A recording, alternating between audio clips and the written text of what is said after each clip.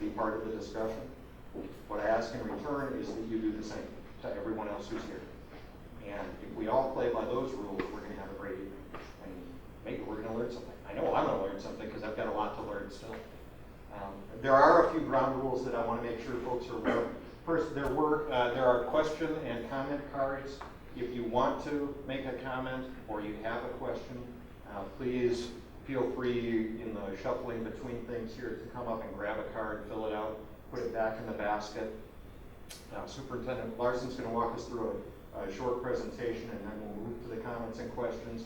And I'm just going to grab whatever cards have been filled out. I might shuffle them up, I don't know. And we're just going to march our way through so that folks who want to get up and have a comment or ask a question are going to be able to. When you do that, we are being recorded, it looks like by multiple recording sources. I'm going to ask you to state your name for the record so that we know who's speaking. And I'm going to ask you to please come to the microphone to make your comment or ask a question. You can also, if you have a question, you're welcome to just write it out on the card. I will read it. I'm going to try to act sort of as our moderator through the evening so that we do have a good discussion. I'm going to ask folks to limit their time. I don't know how many are going to ask to talk, but at least at the start I'd like to see folks limited to just 3 or 4 minutes. If we get through everyone who wants to address folks and we have extra time, we'll obviously run around again, but I don't think using our time is going to be a problem, is my guess. A couple other things that I want folks to be aware of. The topic tonight, of course, is open enrollment. I know the community feels passionately about a lot of different issues, but this night's been set aside for a very important issue. And I'm going to ask folks to stay on topic. Stray off of that, I'm going to gently nudge you back. If my gentle nudging doesn't work, I'm going to ask to go to the next person who does want to talk about the reason we're here tonight, because I really want everyone who has something to say and to share with the community to have the chance to do that. I mentioned that I want you to come to the microphone to address folks. If there are comments being raised from the audience, they're going to be politely ignored. That's not going to help. Again, we need to have a conversation, and a conversation means talking sometimes, but listening sometimes. So I'm not going to recognize folks that are just shouting out comments. I don't expect that that's going to be a problem. And I really look forward to a great evening. With all that, I think I'll turn it over to Superintendent Larson to walk us through a brief presentation that I understand is already up on the website as well. So if you're addicted to these devices like my son is, you can follow along. Thank you, Eric. And also thank you, I appreciate you volunteering tonight, so no fee for your services. Oh yeah, I forgot to mention, they also asked me to because the price was right. We appreciate that quite a bit. We have a few school board members in the audience. I'd take a quick moment to introduce those. Over here is Judy Schwartz, is one of our school board members. Over here, Kevin Donovan is another one of our board members. Kathy Dalton back here. Mary Jo Dieters over here, and then Lucy Payne is right here. So our board members are here to listen as well as to what they're hearing. Appreciate all the school folks here and the community members here as well. I think that's great. Like Eric, this is, and it's being videotaped on 2 different things. I think, Lauren, you're doing all about grants? SAC, yes. Okay. And then we have students from the high school, Mr. Nelson's class. They'll be emailing that me tomorrow morning, and they'll go up on the web tomorrow as well. So we're going to make sure that anyone who wants to see what was discussed tonight is able to see that. Also, our presentation is also going to be, it's already live, as Eric mentioned, so that's great. Likewise, this is my 30th year in education, and a lot of things have changed in that time. One of the things that I just want to, don't go back too far, but OBE, outcome-based education, some of you may have remembered that. You were probably students when that was going on, though. That was a big change that happened in direct result to things like this. My first year of teaching was in La Centre, Minnesota. I taught 7th and 8th grade. I was the 7th and 8th grade language arts curriculum. We did the things that I thought was great and appropriate and right. It wasn't connected to any kind of outcomes. And because that's the way most of American education was, OBE came in and they said, we're going to direct our education to outcomes. And that was tried for a while, but it didn't really work all that well because it wasn't really connected to anything that was that related to graduation. And then you may have heard of the grad standards. And the grad standards was an approach that tried to get away from the silos of education, the math silo, the social studies silo, the English silo, that type of thing. They wanted to have grad standards.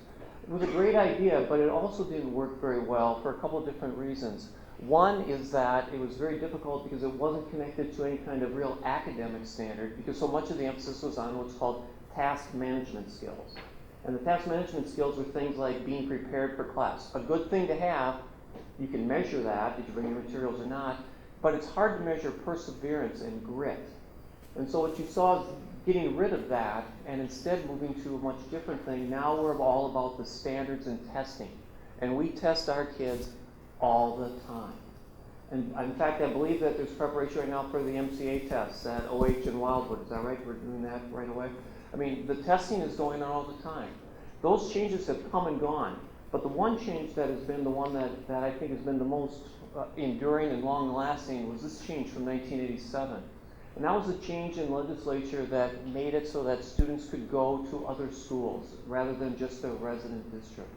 I think this has done more to change education than probably any other thing. I was teaching in North Branch at this period of time in my life when this happened. And like many educators at that time, I was very much opposed to it. I enjoyed the stranglehold that we had, the monopoly that we had on students. You don't like what you have here? Too bad. We're the only show in town. Most of educators did not like open enrollment, and in fact, worked against it for many, many years. Open enrollment did not take off the way it has. In fact, what's happened is that those first several years, there was only like 1 or 2% of the students that actually did open enroll to other places. And a lot of times those were for what I would consider to be the wrong reasons. Kids would open enroll to a football powerhouse like Eden Prairie because they wanted to play football there. Or a school like North Branch that didn't have hockey, students would open enroll to the school south of them, Forest Lake, because they wanted to play hockey. Well, it's evolved quite a bit, and so we've done a lot of changing to open enrollment to make the programs that families and students want. The monopoly system that we had, the stranglehold on the students, it was in some ways a good thing for education.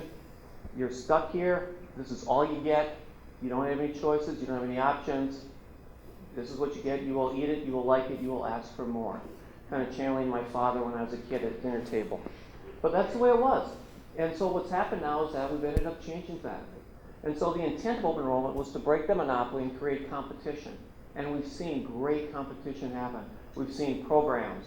25 years ago, there was no such thing as advanced placement. We didn't have any international baccalaureate. We didn't have college in the schools. We didn't do anything because we didn't have to. We had everybody. Sure, in Bloomington there was the Catholic Church down the street a little ways, and there may have been a Lutheran one too. But really, there wasn't any competition. Then you went to Indian Mounds, then Oak Grove, and then Kennedy, and that was it. And this has changed the world for us. And it started out, as I mentioned, quite slowly. But now, as you look at the Minnesota Department of Education website, about 30% of the students take advantage of open enrollment or choice in one way or another. Some of it is choice in terms of where they want to go to another public school. Some of them go to charter schools, some online. This 30% does not include homeschool, nor parochial or private schools. So this is only public schools. The number of students that have other options is greater than just this. We looked at open enrollment and we decided that what are we going to do, where are we going to go, and so what's the future look like? And in 2008, the school board commissioned a study about enrollment projections. This was by Hazel Reinhardt. April 10th, 2008, is presented to the school board. And it looked at enrollment projections as to where Mahtomedi was going to be. If we didn't do anything, where would we be in 1 year, 5 years, and 10 years, and so on, and every year in between. Now, enrollment projections are really pretty accurate that next year. They're okay the second year and third year, but they lose a little bit of their accuracy the further on you go. Amazingly enough, Hazel Reinhardt was actually really pretty accurate all the way through to where she's been based on our enrollment. She's identified the trends really quite accurately.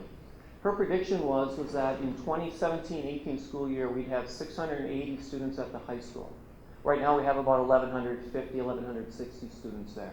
So we'd be quite a bit smaller, about 500 students less. So the school board got that information, and then they asked, okay, what's the ideal size for a high school? And so they commissioned another study about what's going to be the ideal size for the high school.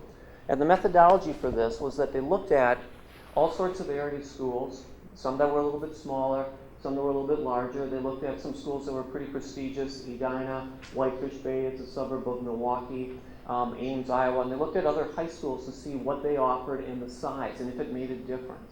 And they found out that the size of a high school does matter quite a bit. The amount of advanced placement classes that Montevideo had was significantly higher than the smaller group of schools. The ones like Orono, even though it's a prestigious school, Whitefish Bay in Milwaukee. Even though it was smaller, it still didn't have the offerings. And they looked at some of the larger schools like the Ames High School and Edina, and they found out that we had the same number of offerings. In fact, we had college in the schools, and neither of those places did. And there were 1,800 students, and we were about 1,150. And then they looked at athletics. Where do you want to be with athletics? And we found out that about 1,150, 1,200 students, we had about the same number of sports as these other schools. Nobody had lacrosse at this time. That was something that's happened in about 2010, 11, and 12. But these sports were about the same. The difference was in activities. The size of your school makes it different in the number of activities you have for students. An example might be that Montevideo would have a Spanish club, and Edina would have, instead of a Spanish club, they'd have a Mexico club and a Spain club, or something like that. They would be very similar, because there was some slightly different interests. But the bottom line was that you want to be at about 1,200 students. You have the student mass to have the appropriate curriculum. You have the student mass to have the student support that you need. You have the student mass to have the activities that are going to be desired. And you have the student mass to offer the classes that you have. The other thing is that, and this is kind of a smaller one, but a real key point, there can be a sense of anonymity that students have when there's a real large school. A school of twice as big as us, and we have some slides about that. Let's go back to Edina or White Bear Lake or Stillwater or something. Schools that are twice as large, you still only have 6 girls on the volleyball court at one time. You still only have 5 boys on the basketball court at one time. You want to have an opportunity for students, and there's less anonymity in a smaller school. So 1,200 students can find their niche, they can find their tribe, they can find the thing that they're passionate about. And there's a sense of belonging that you have. And when you get too large, yeah, you have a few more activities, but you don't gain anything. You don't gain more curricular options, you don't gain more athletic options. In fact, I would posit that you lose athletic options. And so the district decided to right-size the school district. And that would be having the high school around 1,150, 1,200 students. And what this slide shows is that what we've done in the last several years is we've worked at having the enrollment be about 3,200, 3,250, right around in that area. But as you can tell from this, and can I walk away and point to this and still be heard? Okay. I don't know if you can see the numbers real well. 484 open enrollment students in 2008-9, 1,001 in 2013-14. So quite a jump in the number of open enrollment students that we've had there, more than double in that period of time. But if you also look at the enrollment of the residents, just as was predicted in the study, it started to fall off. I think we're at the trough right now. I think we're at the bottom of that. It's starting to come up. And we're doing some things to watch it a little bit more closely. We're monitoring the real estate market a little bit more. We're making sure that we're contacting families. We're sending out the usual information to people about kindergarten roundup and preschool. Having the preschool in this building is a real plus for getting a better sense on the community. It helps a lot in terms of having just all the communication pieces happening right here. So our enrollment has stayed about steady, and we've used open enrollment to keep that balance of it. So, as I mentioned earlier on, we started out with 484, now we're over 1,000, and that's about 30%, so that's really pretty high. One of the things that's interesting when you talk with other superintendents and principals and so on, and I tell them that we had 467 applicants, and 159 of those applicants were enrolled, they can't believe that we turned away over $2 million in funding, and we just let it not come into the building. They're shocked by that. There are 2 schools that I'm aware of that do not accept every open enrollment application, Montevideo and Minnetonka. As far as I know, everybody else does. Stillwater takes everybody who applies. North St. Paul takes everyone who applies. White Bear Lake takes everyone who applies. Forest Lake takes everybody who applies. All of these school districts are really advertising and trying to get students. In fact, if you look at the White Bear magazine that you see every once in a while, you'll see advertisements in it. You'll see a lot for private schools. You see some public schools advertise for students, not Matamidi, but you will see some of the other ones. The bottom line here on this of our open enrolled students, the 69 are staff members. I'm really impressed by that for a couple of reasons. First of all, it's an inconvenience for staff. If you're at the elementary school, you start at a different time than at the high school, and so it's inconvenient, it's kind of a pain. But the more important thing is that these are people who are inside the district, who know firsthand the great stuff that's happening, and they say, this is the stuff that I have to have my kid be part of. That's how beneficial it is for them. And so I really think that's great that we have that many parents, or teachers who are parents and have their students here. I talked a moment ago about some of the district comparisons. And this is from the Minnesota Department of Education, and the year on it is 2012-13. So it's not this school year, it's last school year. The MDE won't have information about 2013-14 probably until July or August.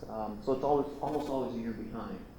The four schools on the top are the neighboring school districts, and you can see where they are in terms of open enrollment, students coming in and students going out. The students that are coming in are all students that are joining their public school, and the students that are going out are leaving to another public school. This doesn't include students who go to a private school or parochial or homeschool. This is only going out to another school. If you just look at Forest Lake, for example, you see that, and I can do the math easily enough, it's 714 minus 514, so it's 200 students. And at about $7,500 a student in aid, that's $1.5 million that they're losing every year. And that's why at area schools all around us, conversations are happening at board levels, plans are being made, and one of our neighboring schools is having a plan to recruit and retain more and more of their students that they're losing. It's just a bad situation if you have students that are losing, that are leaving you. You're losing revenue as it goes through. And you know, it's interesting to me that the thing about open enrollment that we were so opposed to in the beginning was competition. And competition, frankly, makes everything better. When people are competing, they rise to the top. You start to create better programs. You make more opportunities for students. This competition that's happened with open enrollment has made a huge difference. The schools on the bottom of this chart, there are other leading schools, the neighborhood schools around us. I think that Forest Lake, North St. Paul, Stillwater, and White Bear Lake are all excellent school districts. The ones all below are the ones oftentimes we get compared to, and I think those are excellent school districts too. And you can see what their open enrollment rates are. I just want to speak to Edina very quickly. Very impressive that only about 1% of their students go to another school, public school. 0.09, about 75 of their students. That's pretty impressive. Edina, and not to run them down, but Edina loses a fair amount of students to Breck and to Blake and to Benilde St. Margaret and to Holy Angels. We don't lose that many students to public schools, nor do we lose them to private schools. The people that, once they start in Matamidi and they experience firsthand the outstanding teachers and programs we have, they stay with us. So this is just an interesting comparison to me, and the schools at the bottom are kind of similar in a couple of different ways. If you look at almost any ranking, you see that those schools are usually in the top 10 in the state for different categories. The U.S. News and World Report, for example, had all of them. Didn't have St. Anthony in the top 10 last time, but the other ones they did. So we tried to use open enrollment and class size to balance things out and to make things better. In a couple of slides, I'm going to point out what happened this past year, but it did not work, and it's my fault that we had bad numbers at the elementary school, and I want to go through that in a couple of minutes here. And the lesson that we learned here was that the trends aren't always right. What we do is, like, for example, with kindergarten, we want to have about 180 students in our kindergarten classes. We have 9 sections. 9 times 20 equals 180. So we want to have that. So we do the kindergarten roundup, which was March 6th, and we had 150 people show up, Mark, about right? And then we had another 30 that we think will be there. And so what we found is that we're where we want to be. That's it. We'll close everything else off. What we found is that every year we get about 5 or 6 students per grade that move in. 31 has been the average the last 5 years. Every year, 31 students. This past year was 87 students that we got that were new. Surprised me quite a bit. And so what we decided to do is make some changes in our open enrollment policy.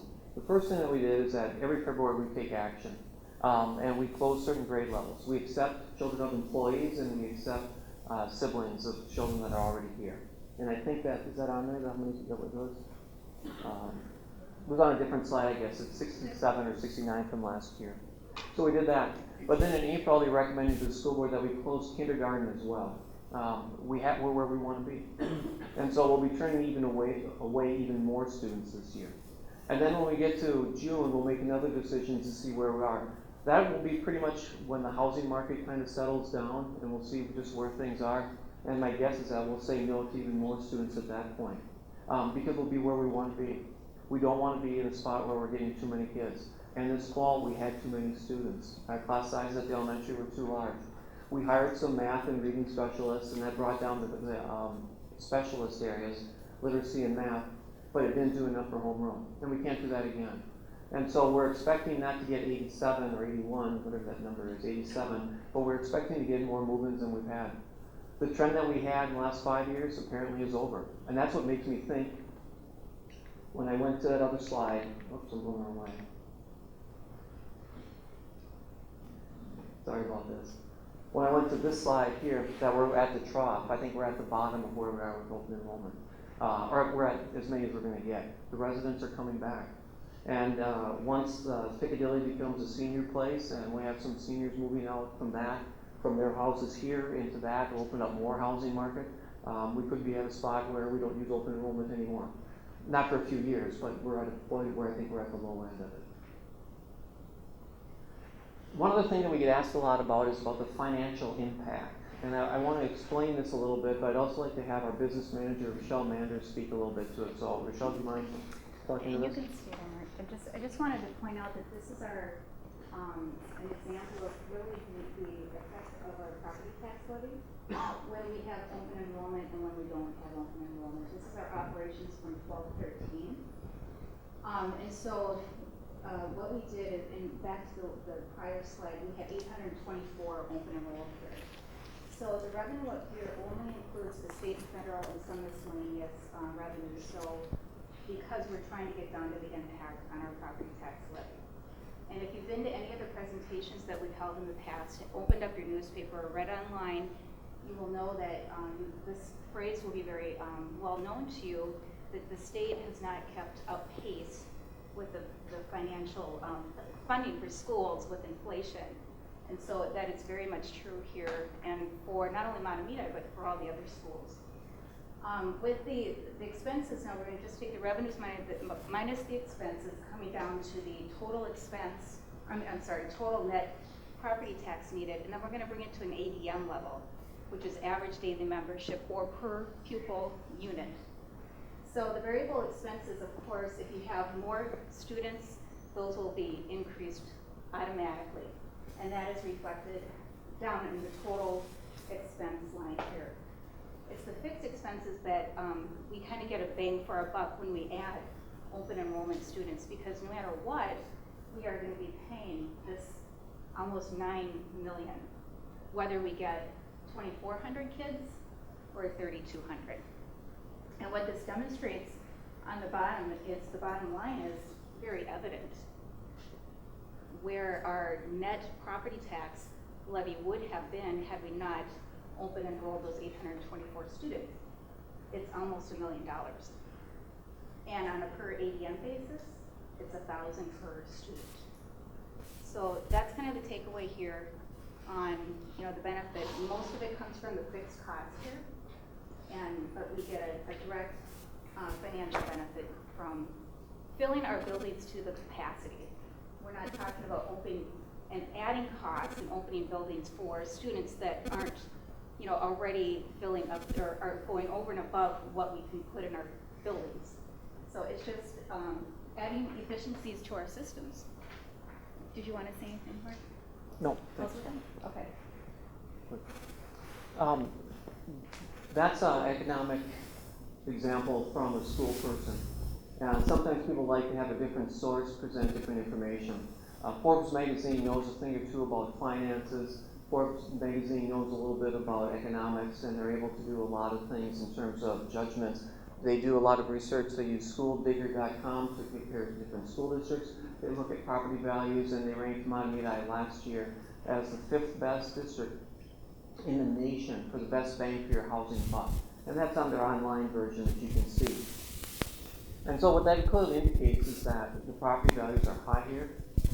The school is well received and perceived extremely well by not just local areas, as evidenced by the number of people that want to come here. Also, it's evidenced by the rankings that we have from the Citizens World Report and also from Forbes. So the economics of it seem to make sense in that way. One of the things about the meetings that we've had, this is the 3rd of 5 that we're having. They've been in the Globe, they were in the White Bear Press. Thank you, Christine, for including those in the magazine, or in the newspaper there. We've had them on our website and so on, and we still have a couple of other ones coming up. And so we hope that people will be coming here. We had originally scheduled them all at the district office. We're moving them to this venue, these next 2 ones, for a couple of reasons. One, it's a much nicer venue. It's much more roomy and airy. It's just a nicer room all the way around. And so we'll be having these other meetings April 15th and May 6th. There's one other thing that I meant to mention early on, and I'll mention this now.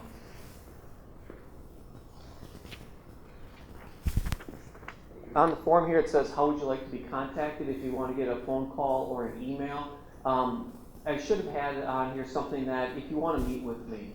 Sometimes people want to have a conversation, a telephone call while I'm walking you through numbers and they can't see them or something. So if you want to meet with me, that's fine. I'll give me a couple of weeks to arrange it, and I can schedule a half hour, an hour, and walk through things too.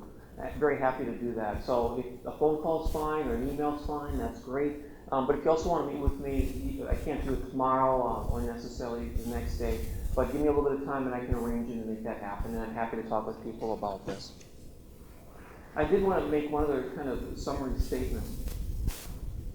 The demographic study, not surprisingly accurate, but it's held true to form even after 5 or 6 years. And going down to 680 students would not be in the best interest of the students. As evidenced by the study that was done about what kind of size you want to be and right-sizing it, that was the routine to go through. So this is what the data shows. So what do you want to do about it? It's the what, now what, and so what. It's the kind of questions that we have teachers ask students all the time. In a classroom example, it's what? Here's the assignment. So what did you do? That's the what. The so what is, what does it mean? You got them all right. Great. Move on to the next thing. Or you didn't get them all right. Okay, so what? You got a bunch wrong? Now what? Now you got to do these things. We do the same thing with different issues. It sounds simplistic, but the what of the data, the so what does it mean? And then the now what do you want to do? We want to right-size the district. We want to have us be at about 1,150 students at the high school, 1,200, right around in that area. And that's what we want to do. And we hope that you'll be able to come to these other meetings as well. And then visit the website, all of these things. You see these things from time to time. We're going to try to end at 8:30, but I'm happy to stick around if people want to have other questions and so on. And then the other thing is that if you haven't been in Wildwood before and you want a little bit of a tour of it, I can walk you around real quickly. It's an impressive building when we're done with this. So at that point, I think it's comments and questions time, and back to you, Eric. Great. And I think I'm going to exercise moderator's privilege and ask a question based on conversations that I've had with folks in the community. I really appreciate sort of the financial analysis and the numbers. For a lot of folks that I've talked to, that doesn't fully compute. The most often heard comment that I've received is, wait a minute, if we have open enroll students, I understand the state money comes with them, but aren't we subsidizing the rest? Because we only get the state money with the body, not additional funds. Can you address that? Because I can't tell you how many times I've heard that brought up. This is a concern. Well, if it was a concern, it may not be a concern coming this fall in 2015, because the legislative session last year changed the basis that we get our levy dollars. And so now it's based on students served, whereas prior to this, it was based on resident pupil units. So if you're a taxpayer in Montana, last year, you would have only paid based on the resident base that was in that school district. And so now, it's probably, and this is out of our control, it's probably gonna be, make the argument worse, but that is now going to be based on students served, starting with the 14-15 legislation. Now, with that being said, they did equalize the formula so that school districts that had high open enrollment were not penalized for that. So we received that alt attendance revenue and that we would have received normally they rolled it into the referendum. And so now we have referendum dollars, and that is partially picked up at the state. It's called equalization. So our referendum authority is split between the local taxpayer and the state aid for the state. And that equalization has, when I say equalization, think aid. So the state's picking up a bigger share of that starting in the 14-15 school year. Does that help? We'll